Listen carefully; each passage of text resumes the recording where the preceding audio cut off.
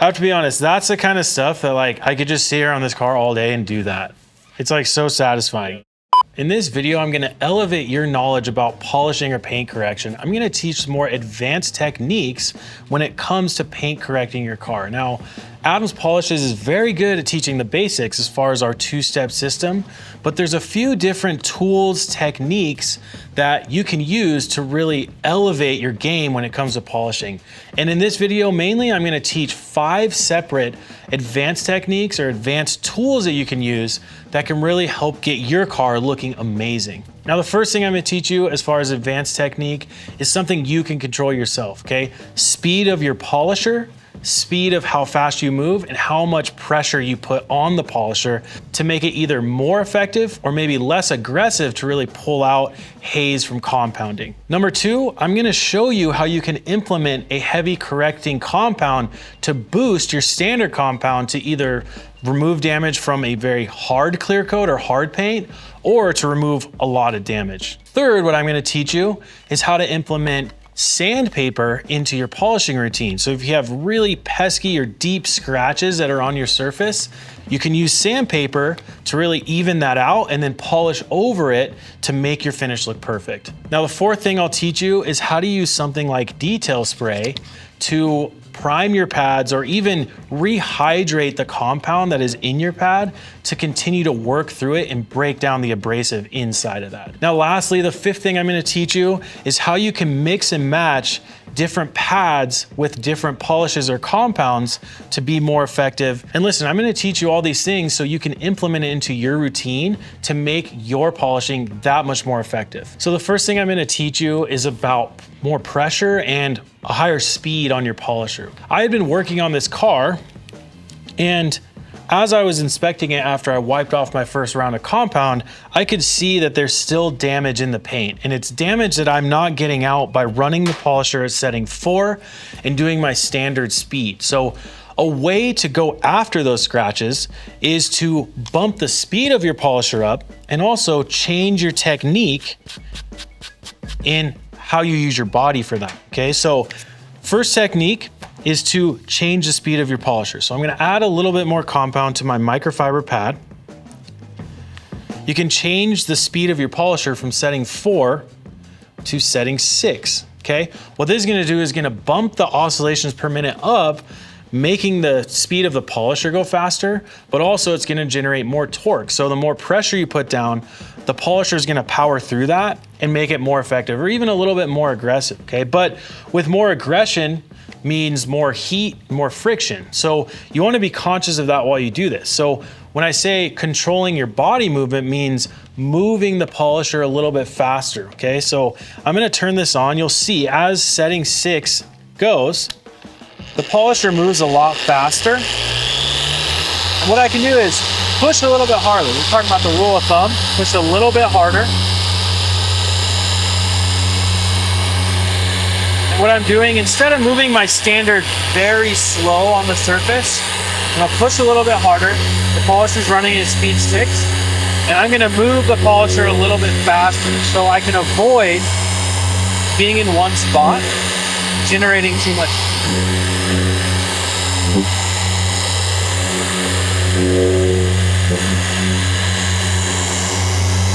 And I still, as I do this process, I still want to cross tab because that's the most effective way to polish. So we just talked about technique number 1, which is changing the speed of your polisher as well as the pressure of your hands, okay, to try to make it a little bit more effective. But as I was doing that on this car, these deep scratches here were just still hanging around. So that brings me to my second advanced technique.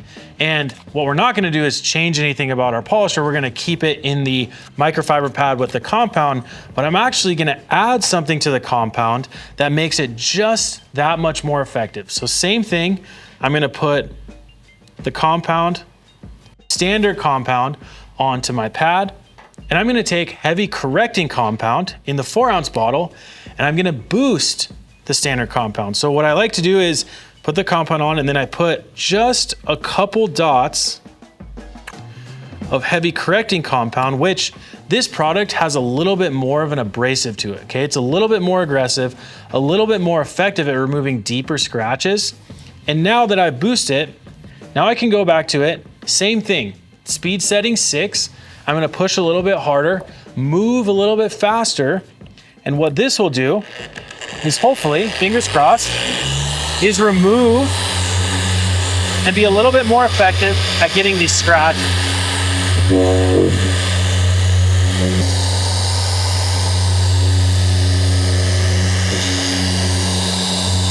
Okay, so I'm gonna wipe this compound off, the compound and heavy correcting compound. I like to feel the paint as I continue to compound and use the heavy correcting compound.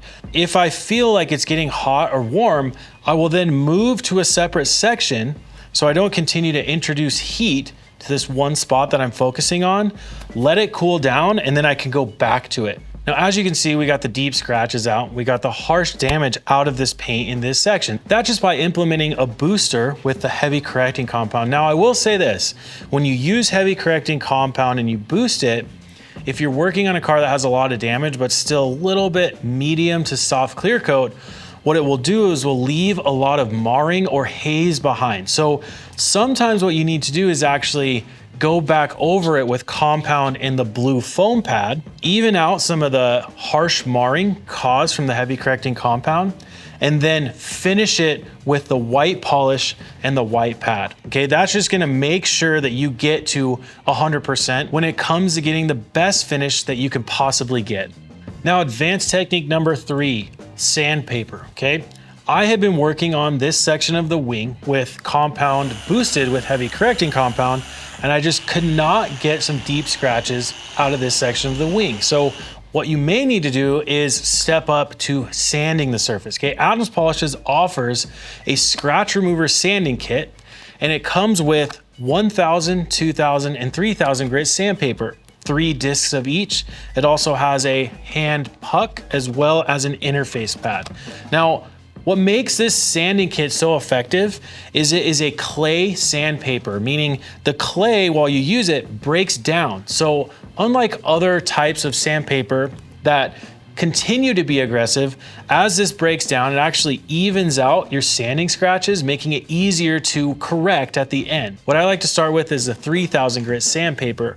The reason for that is I want to be the least aggressive in the beginning, and then if I need to, I can bump my way up to the most aggressive. But if 3,000 grit sandpaper gets these scratches out on the first go round, that's less work for me, and then I can move on finishing my polishing job. Okay, so like I said, I'm gonna start with the 3,000 grit sandpaper. Make sure you use the interface pad.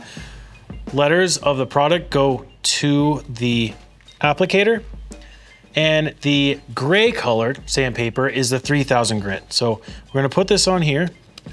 Most people would think that if the scratch is going this way, you sand opposite. You actually want to sand with the direction of the scratch. So with the 3,000 grit, I'm going to sand this way, and I'm not pushing hard at all. It's just essentially the weight of my hand.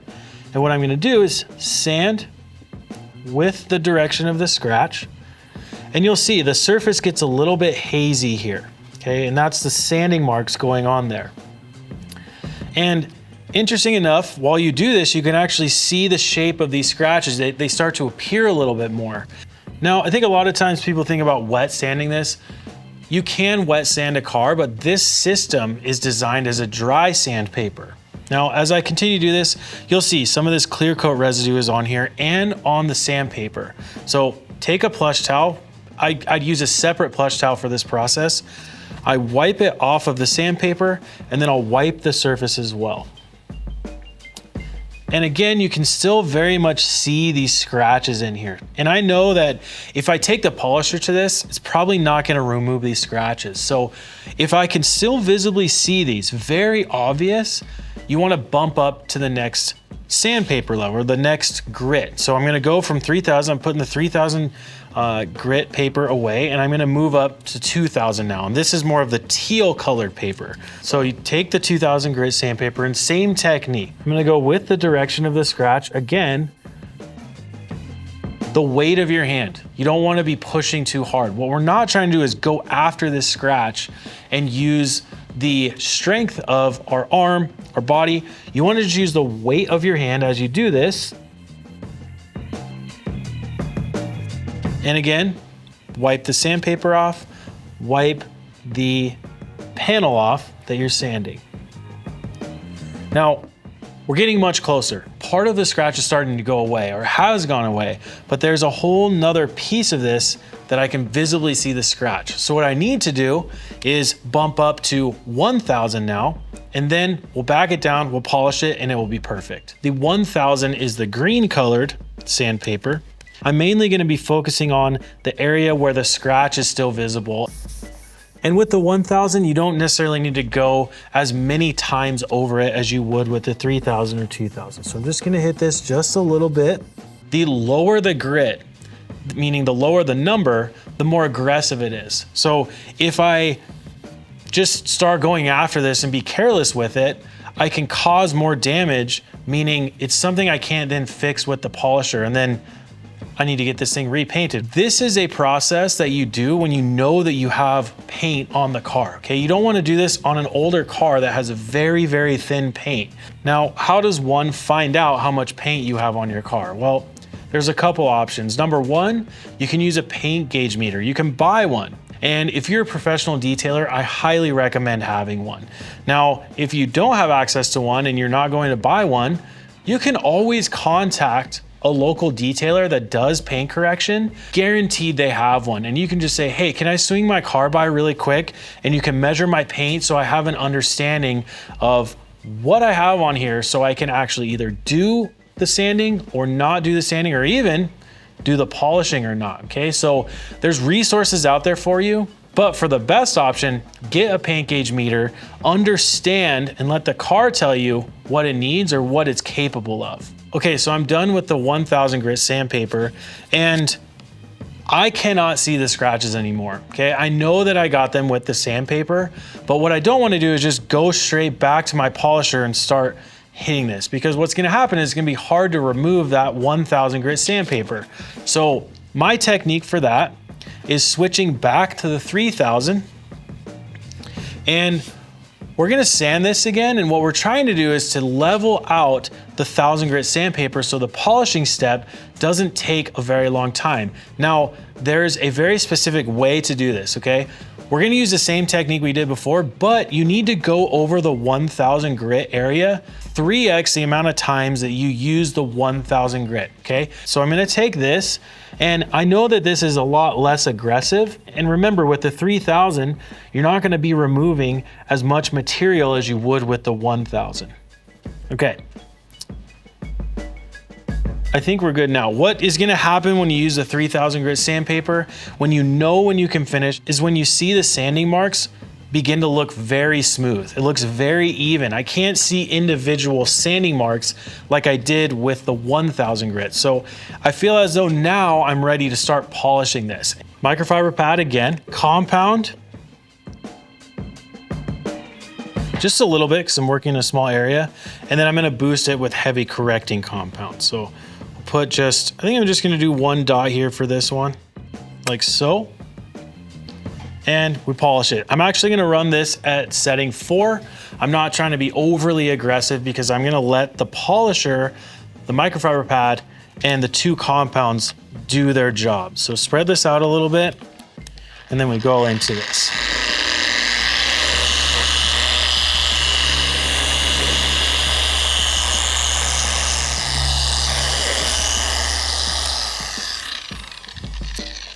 Okay, so after doing the compound and heavy correcting compound step, there's nothing there, okay? The scratches are gone, it looks amazing. Now, I do have to say this, when it comes to sanding, what it will do is remove orange peel from your paint, okay? Orange peel is that waviness from the paint process on some cars, okay? So if you have orange peel on your car and you do this sanding step, it will make it flat. So you might be like, wow, the scratches are gone. And then you take a step back and you're like, whoa, that looks a lot different.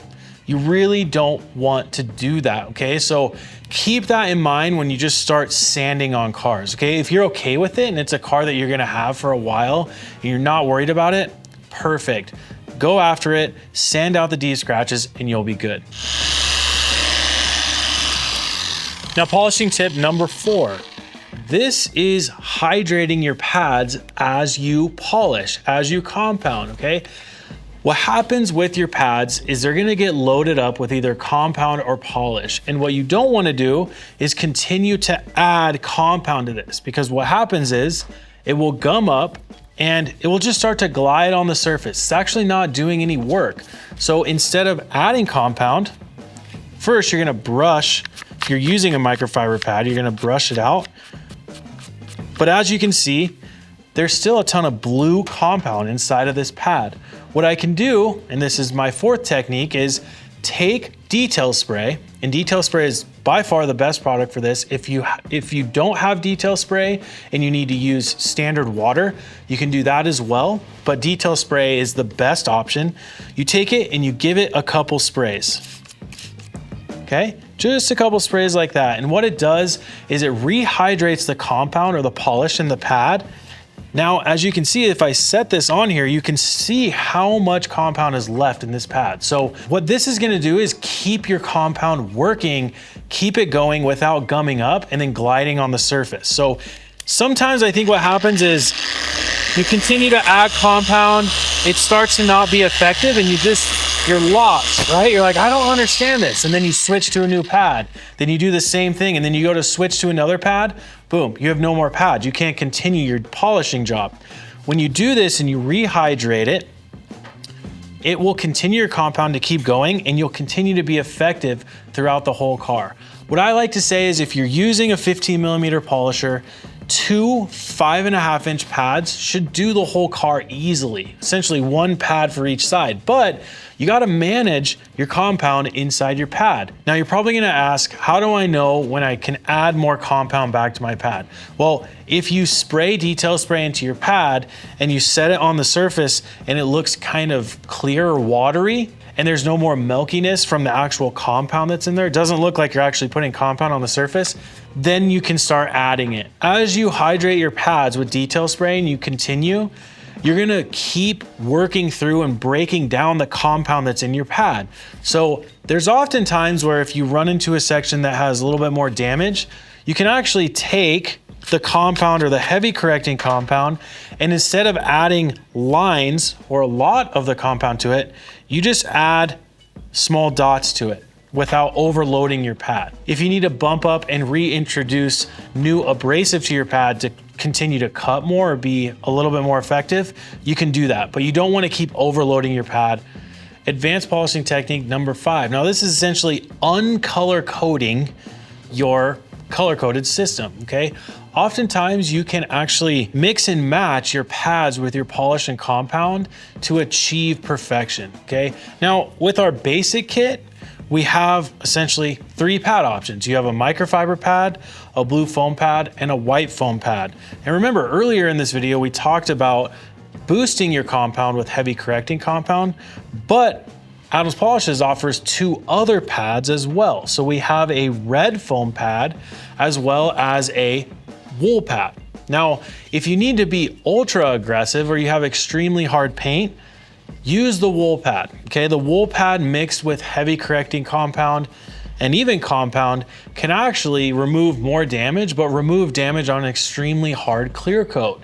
Now, on the other spectrum of that, where you're trying to create perfection, if you have extremely soft paint and you have a ton of haze, like this car has a ton of haze, you might need to switch to a softer red foam pad with our white polish, and that being a way less aggressive, you can actually get a perfect mirror finish by bumping down your speed on your polisher to setting 2 or 3 and using the red pad with the white polish. Don't get so caught up with the color code of blue with blue or white with white. Mix and match. And you know what else you can do? You can even take your blue foam pad, you can add compound and then maybe add a little bit of polish to it to drop down the aggressiveness of your compound. So don't get so caught up with, oh gosh, I have to do blue with blue microfiber. Figure out what's gonna work best on your car. And just like we teach in our basic concepts of polishing, do a test spot, understand what's gonna be best for you, apply it to the whole car and achieve a showroom finish. In this whole video that we talked about today, as far as advanced polishing techniques, we changed a lot of variables. That's what this is. When you're basic, you don't change variables. You keep the polisher the same speed. You keep your technique as far as how fast you move, how hard you push. The only variables you switch are the pad and the compounder polish. That's it. You keep it there. But as you grow, as you become better at polishing, and second nature is your technique of how hard you push and all this stuff, now you can shift that. You can break the rules a little bit to achieve better results.